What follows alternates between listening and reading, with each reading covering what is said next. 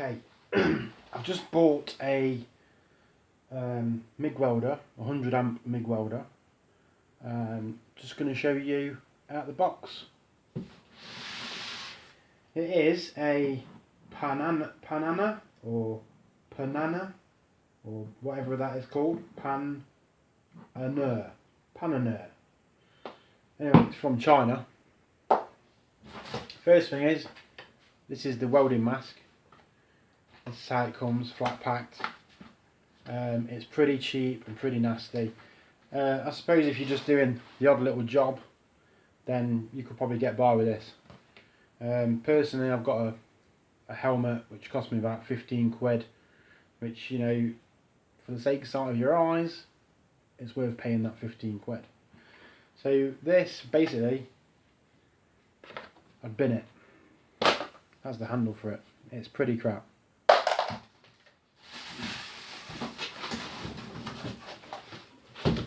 This is the actual welder itself.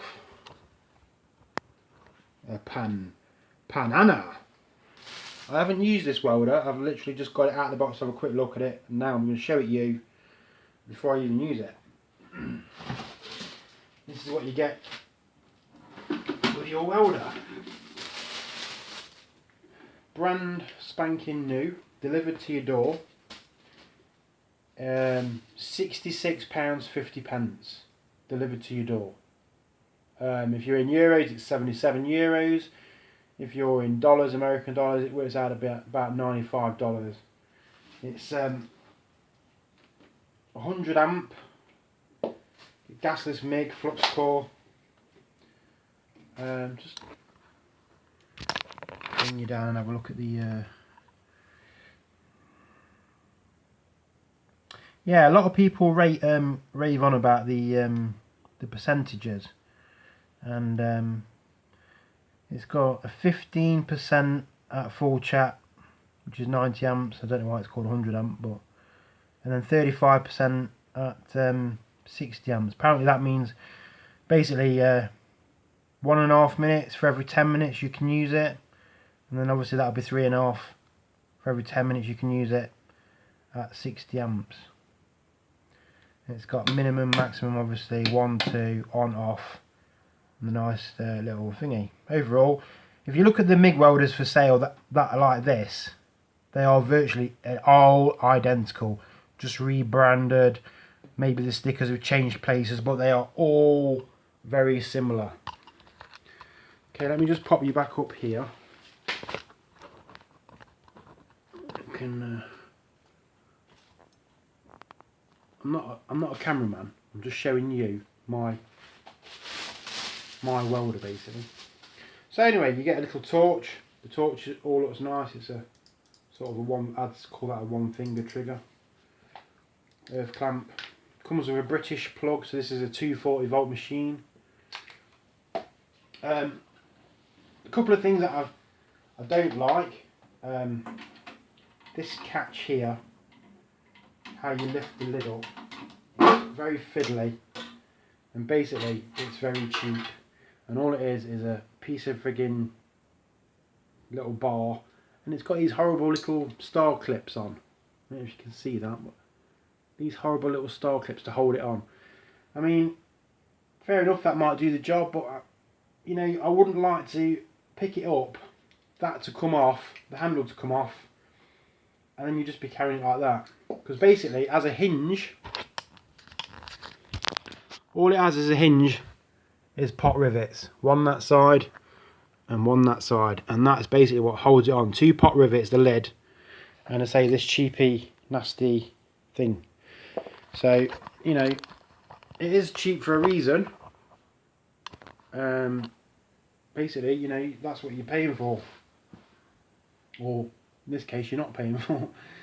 So I think eventually what I'm going to do is I'm going to find a threaded bar to put across there with a couple of locking nuts on there, just to make sure it doesn't come off, because, you know, I won't want it to come off. Eventually I can see these rivets coming off anyway, and you're going to put bolts in, nuts and bolts in there.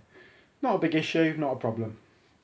One thing I did find is when I was securing the handle is Well, I wasn't actually securing the handle because it actually came with the handle rigging on. Or did it? I don't know. But on the actual handle itself, it comes with these 2 bolts, and you can see you've got one down here, and it's got like a welded nut onto the case and welded nut onto the case there. Now with this one, that one's fine. But this one, how it came, it was screwed in. Screw it in for you. Screwed in to that, so it's all nice and tight. Right, now the problem we have here, I don't know if you can see, the problem we have here is the actual bolt sticks out. Now it just so happens that this could be a mistake in the factory, or I don't know what it is, but when you close the lid and you have it on the down position, that actual bolt there is actually touching the top of your MIG wire. So, you know, that's, to me, it doesn't look right, it doesn't feel right. I don't want it scraping on that. So basically what I did is took that bolt out, stuck a nut. Can you see? I don't know what I'm doing. Just stuck a nut on the top and put it through the top, basically, to stop it from catching the MIG wire. Like, not rocket science, is it? You know, it's pretty simple stuff. I mean, you can actually, I suppose if you wanted to, move the friggin' handle, I don't know, but I personally don't want to try and mess about with that kind of stuff, so let's keep it simple.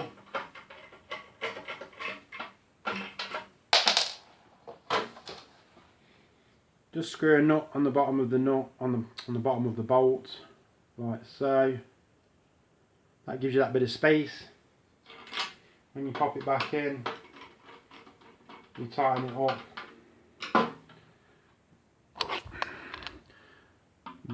It's got plenty to hold it on, and it's not going to catch the thing. The wire spooler. Can't speak English. Okay. Anything else I don't like? Really, I mean, I haven't used it, so I don't know how it's going to perform or anything like that. But for what you're paying for it, I think you get quite a good deal. You get the wire obviously with it as well. One thing is with the instructions is, it doesn't tell you how to put the fucking spool on, right? I'm an amateur welder. This is my first welder my first MIG welder I've ever bought. I have no idea, right? It does not tell you how to place the space. So this is a spacer on here, in case you buy a bigger spool, because you can obviously buy bigger spools of wire. So that would be a spacer to go into a bigger one, than you'd have it like that. Now the only way I found out how to do this was to go online and look at other people's videos and how they did it.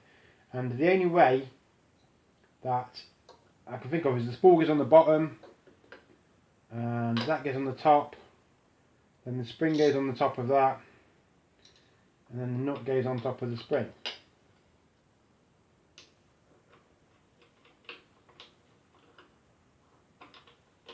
I mean, this could be wrong altogether, but it's the only way it seems to work for me. So yeah, I mean, you don't need to rake it down, just dips it up. So overall, I'd say not a bad little machine. I'd say this is crap, and it's going to come off at some point. You can just tell it is.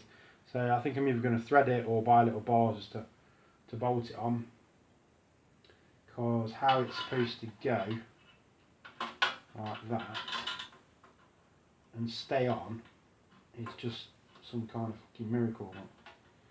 Anyway, it goes down like that, closes up. You have to make sure it's locked in position, and that's how you carry it. It's quite light. It's not too bad. But that's the Panana. If you call it a Panana, I don't know. MIG 100. As I said, £66.50 delivered to your door.